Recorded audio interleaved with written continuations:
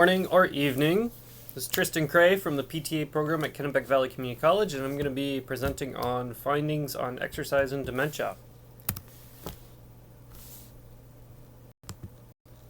So first of all, this is why I chose the subject. I've had a lot of outpatient experience, and this past clinical was my first inpatient experience, and I realized that I hadn't had much lifetime experience with patients with dementia, so I need to learn more about it. It was relative to the experience. I noticed there were a lot of dementia patients at the skilled nursing facility. And also, this is going to be something we're going to be seeing more and more as a society and in the physical therapy assistantship. Population with Alzheimer's is expected to triple by 2050. That's from the introduction of the third study that I will be getting to today. And that's just the population with Alzheimer's. The other type of dementia that these studies will be looking at is vascular dementia, which is decreased circulation to the brain, resulting in decreased activity in the frontal lobe. There are other types of dementia, like Parkinson's and dementias related to other pathologies, but those are usually excluded from these studies because they have too many comorbidities attached, and it might interfere with the results of the study. So vascular dementia and Alzheimer's are the main types of dementia we will be studying in these studies. So for the first one, we're going to be going to Heidelberg, so get ready, Heidelberg, Germany. So get ready to eat some pretzels. And we're going to be eating improvements in after intensive resistance and functional training people with dementia. As a randomized controlled trial, the best study. Now, it's by a group of German researchers and published in 2014 in BMC Geriatrics. And it's out of the University of Heidelberg and its associated hospital. And they focused on gait speed because, as they note, gait speed is particularly important for patients with dementia because they will often have to go to the bathroom. And so they have to get to the bathroom, or they need to cross a road before they get lost or get stuck in the middle of the road. Gait speed is especially important.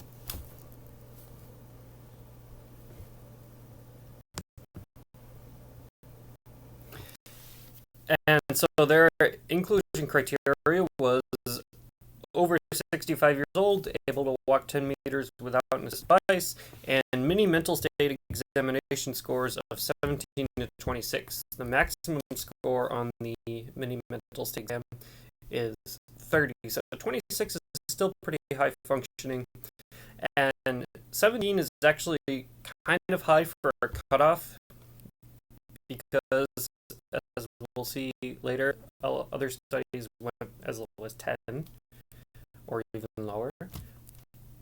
So 17 is still kind of high, but they were still diagnosed with dementia. And for the format of this study, they had 20 subjects in the intervention group, 29 in the control group, which is flipped. It's usually the reverse. There's usually more in the control, or usually more in the intervention than the control. And the intervention group received resistance and functional training. They did not go into a lot of detail about the exercise because the exercises are tailored to each individual patient based on patient needs, and also their 1 rep max lift to find the right resistance level for 8 to 10 reps. So they had the PTs and athletic trainers sort of tailor the exercise to each individual patient. So it was very specialized, individualized training. And for the control group, they received mode placebo, which was flexibility, ball games, and exercises at low intensity. I always like reading about placebo group. It must be fun to plan and implement. Although this was double-blinded, so the people who were giving that intervention didn't know that it was the control group. And they had these sessions were carried out in 4 to 6 person groups, 2 hours, 2 times a week for 12 weeks. And this study found that the intervention group's gait speed increased 16 centimeters per second. Doesn't seem like a lot, but it's pretty significant. It adds up. And the control group's gait speed decreased 1 centimeter per second. So a significant difference between the 2 groups. And this is the thing. Higher multimorbidities, higher depression, and lower baseline functional performance correlated with bigger improvements. So it really benefited people who really needed it. Not to say all these patients didn't need it, but it really benefited the patients who seem to be worse off. And other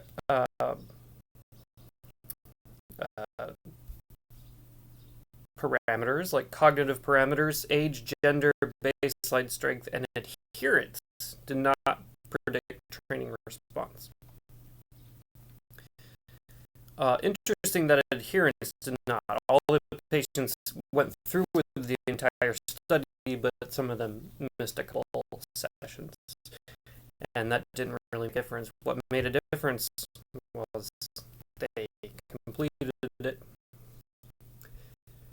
And so this is actually optimistic, I think, because it really shows that strength and resistance training really the people needed the most. The ones who had the higher multimorbidities, higher depression, and the lower functional performance. Strengths and weaknesses of the study double-blinded at good adherence rate, and it's the factors, all those individual factors that we just looked at.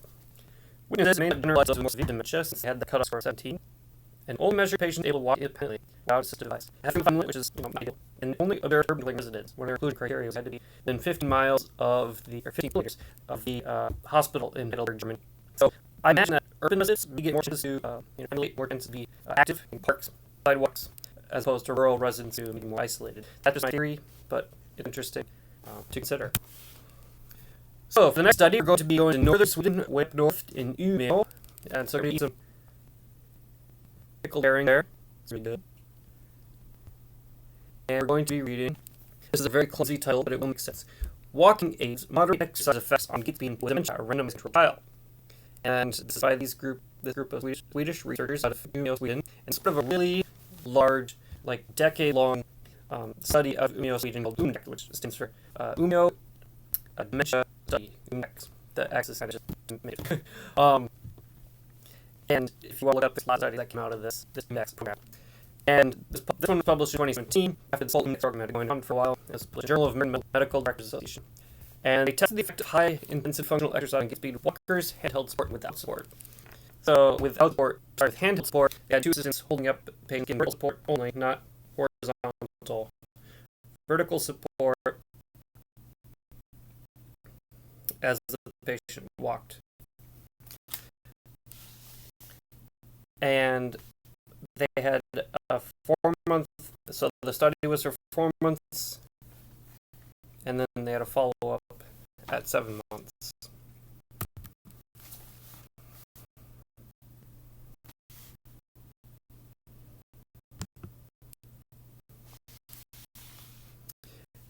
And this was a pretty big study, 186 participants, 93 in each group, so split evenly down the middle. And their inclusion criteria was a mini mental state exam score of 10 or greater. So 10's quite a bit lower than the last study. And 65 years or older, gait speed measured over 4 meters and 5 45-minute sessions every 2 weeks for 4 months. That's what the exercise group got. Sorry, that's what both groups got. The exercise group got the 39 exercises that are part of the official HIFE high intensity functional exercise program, and that's the creation of these Umdex researchers out of Umeå, Sweden. And I provided a link to those 39 exercises in the handout that's included with this PowerPoint. And it's pretty neat to read through. And the control group engaged in mental activity program, singing, conversing, reading, and they actually had OTs who carried out this mental activity program. And this was done in groups of 3 to 8 patients.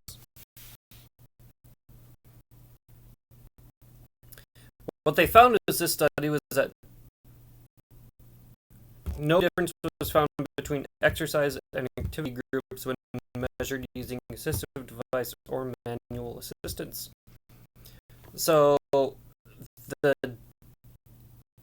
improvements were only noted when the patients walked without help. Not to say that they shouldn't walk with help, but it's important to remember that they may be making gains that may be covered up by the use of an assistive device. And an increase in gait speed was found within the exercise group.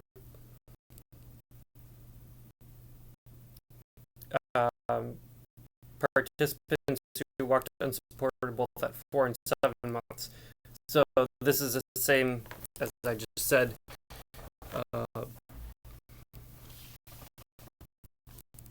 The increase in gait speed without the assistive device, who walked unsupported at 4 and 7 months, the other groups did not show this improvement, but exercise did have a positive impact on Berg balance scores, even if it did not affect gait speed. So even if a patient is walking with an assistive device or handheld support, and they're not getting any faster, they still may be making improvements, as this study sort of leads us to conclude. So it's important to remember that important in the end all, they're still making functional improvements, improving their balance stuff, that things making the Berg fast, even if they're not walking much faster. So I think this is another promising study, because it shows that exercise helps to improve balance, function, and even if you don't see the results through paying to just walking. So this is the study had randomized design. They put a lot of effort into making sure it was completely randomized and there's no bias. Sample size was pretty big, 186 really big actually, and it had blind testers. It had a relatively low dropout rate, time span, so follow-up's pretty good for studies like these. And they also compared the gait speed with the Berg test. They did that. Because the quantity of exercise was 39. It's a pretty cool program they came up with, but it's hard to do 39 exercises with patients. Hard to implement that into practice. And there was also a clear difference of exercise double blind, because patients who are doing the singing and reading are obviously aware that they're not practicing walking. So they got the effect of I'm practicing walking, and it may that may lead to better walking. So for the last study, we're going to Michigan. We're ready to eat some Michigan cherries, and we're going to be reading another very clumsily worded title: Fall Risk Relevant Functional Mobility Outcomes in a bit of following dyadic Tai Chi exercise. Again, it will make sense as I get into it. And that's by this group of researchers out emission